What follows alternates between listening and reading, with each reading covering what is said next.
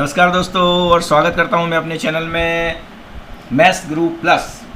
तो आइए अपन देखते हैं यहाँ पर जो NMMSS का जो पेपर हुआ था 24 सितंबर को, उसका जो मैट वाला जो पेपर था उसमें जो क्वेश्चन आए थे उनके 15 क्वेश्चन मैं पहले वाली वीडियो में बता चुका हूँ। तो अब ये अगली वीडियो तैयार कर रहा हूँ जिसमें मैं आपको अगले 15 प्रश्न यहाँ पर बताऊँगा कि किस तरह से उनके आंसर फाइंड आउट किए जाएंगे, किस तरह से उनको आंसर सोचे जाएंगे। तो यहाँ पे अपन देख सकते हैं यहाँ पर कि जो 16 प्रश्न है वो इस तरह का है कि वर्णक्रम के अनुसार कौन सा वाला वर्ड यहाँ पर वर्णक्रम के अनुसार कौन सा वाला वर्ड यहाँ पे पहले आएगा। तो अपन देख सकते हैं यहाँ पर कि जो A नंबर का है, B नंबर का है, C नंबर का है और D नंबर का है, इनमें से कौन सा वर्ड यहाँ पे पहले आएगा। तो यहाँ पहले वाले लेटर को अपन देखते हैं तो सभी में S है, इसका मतलब S के हिसाब से तो अपन लोग गैस नहीं कर पाएंगे कौन सा पहले आएगा वर्ड। फिर दूसरा वाला लेटर देखते हैं तो ई आता है यहाँ पर, तो ई से भी अपन लोग यहाँ पे गैस नहीं कर पाएंगे। तीसरा वाला वर्ड यहाँ पे देखो ई आ रहा है, इसमें आर आ रहा है और इसमें यहाँ पे देखो ए आ रहा है और यहाँ पे भी आ रहा है। तो निश्चित है कि इन जो लेटर है, इन लेटर में जो ए लेटर है उससे अपन लोग पता कर पाएंगे कि ये वाला जो लिखा हुआ है यहाँ पर SEATER सीटर, ये वाला जो वर्ड है वो इन चारों वर्ड्स में पहले वर्णक्रम के अनुसार आएगा। ओके दोस्तों, तो 16 प्रश्न का उत्तर बी नंबर का सही है, ये SEATER। ओके दोस्तों, अब अपन लोग 17 प्रश्न की ओर चलते हैं। 17 प्रश्न अपन लोग यहाँ पे देखते हैं और 17 प्रश्न में अपन लोग देख सकते हैं यहाँ पे लिखा हुआ है दिन, सप्ताह। तो यहाँ पे अपन देख सकते हैं कि किस तरह से ये समानुपात का चिन्ह लगा हुआ है, क्या यहाँ पे संबंध है आपस में, वो यहाँ पे देखना होगा अपन को। तो 17 प्रश्न में यहाँ पे लिखा हुआ है दिन का संबंध जिस तरह से सप्ताह से होता है उसी तरह से सप्ताह का संबंध किससे होता है। तो निश्चित है दिन से सप्ताह बनता है, सप्ताह से क्या बनेगा, तो सप्ताह से महीना बनता है यहाँ पर, तो निश्चित बात है। तो यहाँ पे 17 प्रश्न का उत्तर सी नंबर का सही होगा, महीना। ओके दोस्तों, चलिए अगले क्वेश्चन पर चलते हैं और देखते हैं 18वां प्रश्न। 18वां जो प्रश्न है उसमें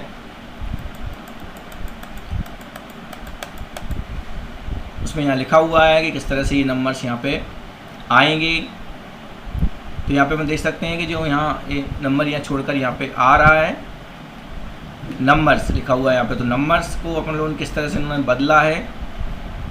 ये पहले नंबर दोनों आपस में बदले हैं, देखो UN है ना, ये बदल दिया गया। इन दोनों नंबर्स को NU लिखा है तो UN कर दिया है, फिर MB लिखा हुआ है तो BM कर दिया है ना, ER लिखा हुआ है तो RE कर दिया है। तो वैसे ही यहाँ पे इन नंबर्स को भी, दो नंबर्स को इंटरचेंज किया है आपस में इन्होंने। NU को देखो UN कर दिया, वैसे यहाँ पर भी अपन को इंटरचेंज करना है। तो GH को अपन को HG करना पड़ेगा, तो HG कहाँ लिखा हुआ है, देखो HG इन दोनों में लिखा हुआ है यहाँ पर। ओके दोस्तों, फिर यहाँ पर OS जो लिखा हुआ है तो OS को अपन लोग यहाँ पे पलटेंगे तो OS का क्या है, SO आ जाएगा यहाँ पर, है ना, SO। तो अपन देख पा रहे हैं कि HG हो जाएगा, SO हो जाएगा और T, यानी कि 18वें प्रश्न का उत्तर ये वाला सही होगा, डी नंबर का।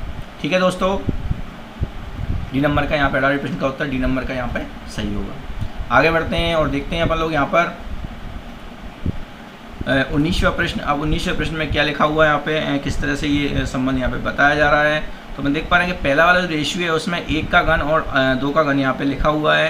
तो यहाँ पे देख सकते हैं यहाँ 3 का घन और अगला वाला घन यहाँ पे कौन आएगा, जो संबंध मतलब इनमें आपस में है वही संबंध यहाँ पे होना चाहिए। 3 का घन है तो यहाँ पे 4 का घन आएगा, तो 4 का घन कितना होगा, यहाँ पे 64 होगा, है ना। तो निश्चित है यहाँ पे जो नंबर आएगा वो 64 आएगा, 64 आएगा।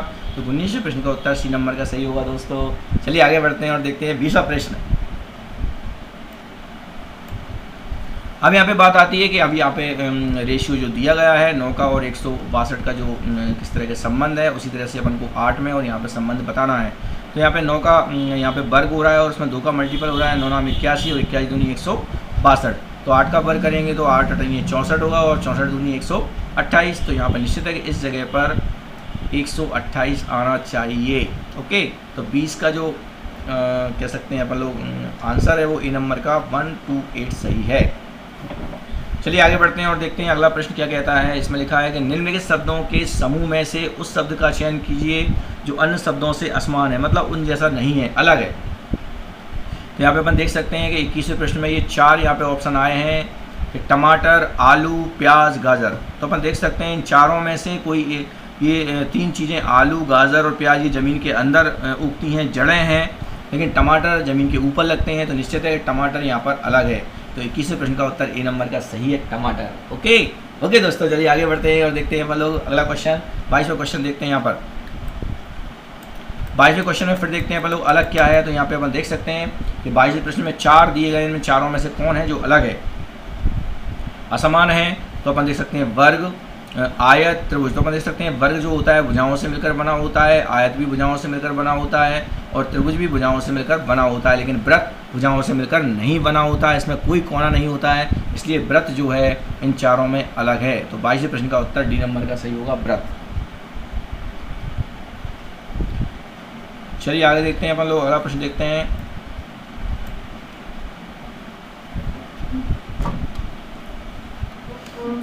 तो अगले प्रश्न में अपन लोग यहाँ पे आते हैं और अपन देखते हैं 22वां जो प्रश्न है वो देख लेते हैं। तो 23वें प्रश्न में अपन लोग देख लेते हैं। यहाँ पे 22वां प्रश्न अपना पहले हो चुका है। यहाँ पर 22वां प्रश्न हम देख चुके हैं कि यहाँ पे व्रत जो है वो इन चारों में अलग है। अब अपन लोग देखते हैं 23वां प्रश्न। तो दोस्तों यहाँ पे देख सकते हैं अपन लोग, यहाँ पे लिखा हुआ है ACE क्रम अपन देख सकते हैं। यहाँ पर क्रम, यहाँ पे ACE, ए के बाद बी छूटा हुआ है, सी के बाद डी छूटा हुआ है, मतलब एक एक लेटर छूटे हुए हैं। इसमें भी देखो एक एक लेटर छूटे हुए, FGHIJ।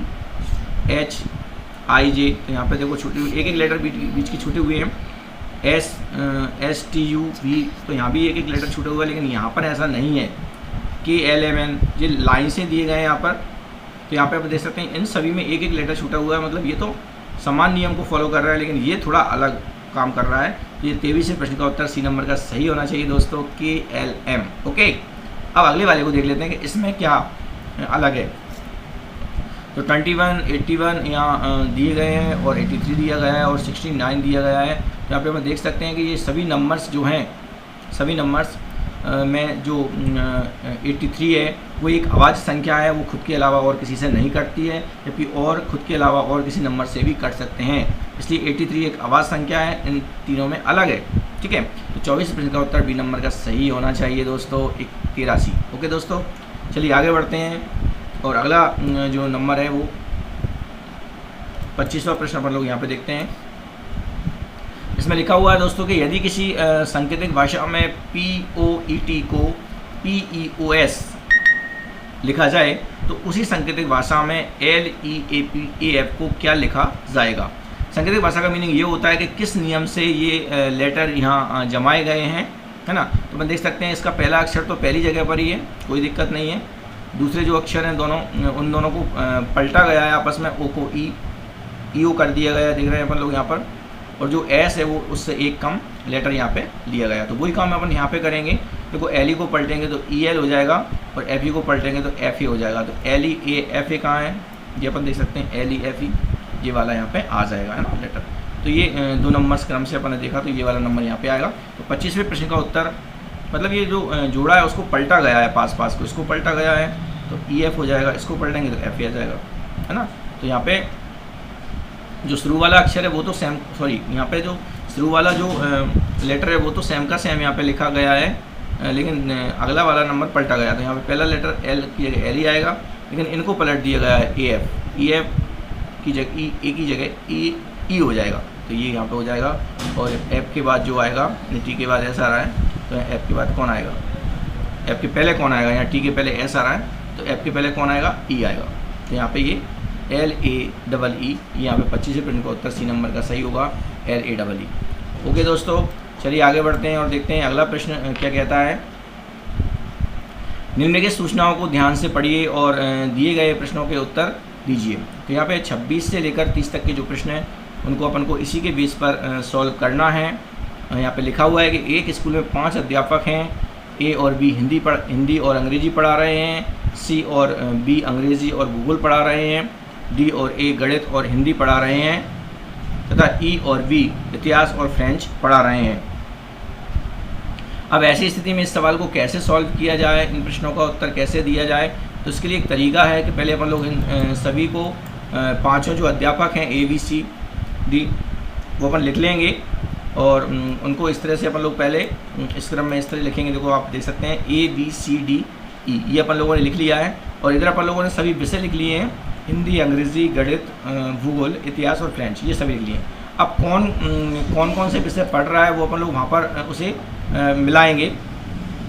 तो देखो A हिंदी और गणित पढ़ रहा है अपन लोगों ने यहाँ मिला दिया, फिर बी हिंदी पढ़ रहा है और फ्रेंच पढ़ रहा है ये मिला दिया, फिर सी अंग्रेजी और भूगोल पढ़ रहा है तो अपन ने ये मिला दिया, फिर डी हिंदी और गणित पढ़ रहा है ये मिला दिया, फिर ई इतिहास और फ्रेंच मिल रहा है ये मिला दिया। तो ये मिलाने के बाद ही अपन लोग इन प्रश्नों के सभी के उत्तर आसानी से दे पाएंगे। अब पहला प्रश्न क्या कहता है अपन लोग पढ़ते हैं, चलिए।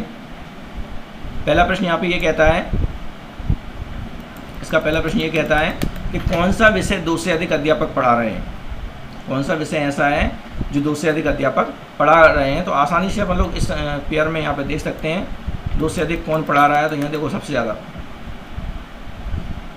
किस विषय पर 2 से अधिक लोग आ रहे हैं, यहाँ पर हिंदी पर आ रहा है। देखो हिंदी पर देखो 2 से अधिक, ए बी और डी, हिंदी पर 2 से अधिक अध्यापक आ रहे हैं और किसी पर भी 2 से अधिक अध्यापक नहीं पढ़ा रहे हैं। तो यहाँ पे हिंदी पर ए पढ़ा रहा है, बी पढ़ा रहा है और डी पढ़ा रहा है। तो 2 से अधिक अध्यापक किसको पढ़ा रहे हैं, हिंदी को। तो यहाँ जो पहला वाला प्रश्न है जिसमें पूछा गया था कि कौन सा विषय 2 से अधिक अध्यापक पढ़ा रहे हैं, तो वो हिंदी आएगा। यानी 26वें प्रश्न का उत्तर बी नंबर का सही होगा, हिंदी। ठीक है दोस्तों, अब आगे बढ़ते हैं और देखते हैं 27वां प्रश्न। इसमें क्या कहता है, इसमें लिखा हुआ है कि अध्यापकों में कौन सा अध्यापक सबसे अधिक विषय पढ़ा रहा है। तो ये भी अपन लोग उसी जो अभी टेबल तैयार की है उसमें अपन देखते हैं कौन सा अध्यापक सबसे अधिक विषय पढ़ा रहा है। यहाँ पे अपन दूसरे में अध्यापकों में कौन सा अध्यापक सबसे अधिक विषय पढ़ा रहा है। तो अपन देखते हैं कौन अधिक पढ़ा रहा है, देखते हैं। तो यहाँ अपन देख पा रहे हैं कि जो बी है वो देखो हिंदी भी पढ़ा रहा है, जो बी है वो भूगोल भी पढ़ा रहा है, बी है वो इतिहास भी पढ़ा रहा है, बी है वो फ्रेंच भी पढ़ा रहा है। मतलब बी जो है सबसे ज़्यादा पढ़ा रहा है और कोई नहीं पढ़ा रहा है ये विषय, लेकिन बी जो है वो हिंदी भी पढ़ा रहा है, बी जो है अंग्रेजी भी पढ़ा रहा है, बी जो है भूगोल भी पढ़ा रहा है, बी जो है इतिहास भी पढ़ा रहा है, बी जो है फ्रेंच भी पढ़ा रहा है। मतलब बी जो है अध्यापक वो सबसे ज़्यादा विषय पढ़ा रहा है। तो निश्चित है कि इस प्रश्न का उत्तर जो है 27 प्रश्न का उत्तर जो होगा वो बी होगा, यानी कि 27 प्रश्न का उत्तर डी नंबर का सही होगा, बी। ओके दोस्तों, अगला प्रश्न देख लेते हैं 28वां। ठीक है, 28 प्रश्न देखते हैं। इसमें लिखा हुआ है कि डी बी ए निम्न में से कौन सा विषय पढ़ा रहे हैं, है ना। ये अपन को यहाँ पे बताना है कि डी बी ए निम्न में से कौन सा विषय पढ़ा रहे हैं। चलिए फिर चलते हैं उस टेबल में, फिर देखते हैं कि डी बी ए कौन सा विषय पढ़ा रहे हैं। तो देखो डी बी ए, तो डी बी ए देखो दिख रहा है हिंदी, यहाँ पे दिख रहा है मतलब डी बी ए हिंदी को पढ़ा रहा है। देखो मिलके ए पढ़ा रहा है हिंदी को, बी पढ़ा रहा है हिंदी को, डी पढ़ा रहा है, मतलब ये तीनों जो है हिंदी को पढ़ा रहे हैं। तो यहाँ पे इसका उत्तर हिंदी आना चाहिए। तो यहाँ पे इन चारों ऑप्शन में से ये डी नंबर का सही होगा, हिंदी। ठीक है दोस्तों, आ रहा है समझ में। आगे बढ़ते हैं, चलिए 29वां प्रश्न देखते हैं। यहाँ पे 29वें प्रश्न में अपन लोग देख पा रहे हैं कि यहाँ पे लिखा है कि अध्यापकों में कौन सा 2 से कम विषय पढ़ा रहा था। तो अध्यापकों में 2 से कम विषय कौन पढ़ा रहा है अपन देख लेते हैं। चलिए यहाँ पे टेबल बनी हुई है, इस टेबल से पूरे प्रश्नों के उत्तर आसानी से दिए जा सकते हैं। तो यहाँ पे अपन देख सकते हैं कौन विषय सबसे कम पढ़ा रहा है। देखिए तो ये जो ई है वो देखो 2 विषय पढ़ा रहा है यहाँ पर, डी जो है वो भी 2 विषय पढ़ा रहा है यहाँ पर, है ना, बी जो है वो भी यहाँ पे, तो यहाँ पे जो ए है वो 2 विषय, तो मतलब देख रहे हैं कि 2 से कम विषय तो कोई पढ़ा ही नहीं रहा है इसमें से, है ना। 2 से कम विषय मिनिमम 2 विषय तो पढ़ा रहा है कोई ना कोई अध्यापक, लेकिन 2 से कम कोई नहीं पढ़ा रहा है। तो यहाँ पे इन प्रश्नों में से जो ऑप्शन है 4 उनमें से ये सही होगा कि ऐसा कोई अध्यापक नहीं है। तो 29वें प्रश्न का उत्तर डी नंबर का सही होगा दोस्तों। चलिए आगे बढ़ते हैं और देखते हैं 30वां प्रश्न। अब यहाँ पे 30वां प्रश्न आता है, इसमें लिखा है निम्न में से कौन सा जोड़ा गणित और हिंदी दोनों पढ़ा रहा था। कौन सा जोड़ा गणित और हिंदी कौन पढ़ा रहे हैं, दोनों गणित और हिंदी। देखो गणित और हिंदी ए पढ़ा रहा है, गणित और हिंदी डी पढ़ा रहा है। तो ए और डी अपन देख रहे हैं गणित और हिंदी पढ़ा रहे हैं, तो ये ए और डी का जोड़ा गणित और हिंदी पढ़ा रहा है यहाँ पर। तो इसका जो उत्तर है वो 30वें प्रश्न का ये पहला वाला होगा, ए नंबर का। इसमें डी और ए ये वाला ऑप्शन सही होगा दोस्तों। तो दोस्तों अपन लोगों ने देखा कि इस तरह से जो अगले 16 से लेकर 30 नंबर तक के जो प्रश्न आए थे 24 सितंबर को 2023 को जो पेपर हुआ था NMMSS का, उसके जो अगले 16 से लेकर 30 तक के क्वेश्चनों को अपन ने सॉल्व किया। निश्चित है आपको ये क्वेश्चन समझ में आए होंगे और ऐसे और क्वेश्चन भी आप अगले पेपर में सॉल्व कर सकते हैं और एक तरीका आपको फाइंड आउट हो सकता है। तो निश्चित है आपको वीडियो पसंद आएगी और ये वीडियो आप अपने दोस्तों में शेयर करें, इसे लाइक करें और मेरे चैनल को सब्सक्राइब करें। धन्यवाद साथियों।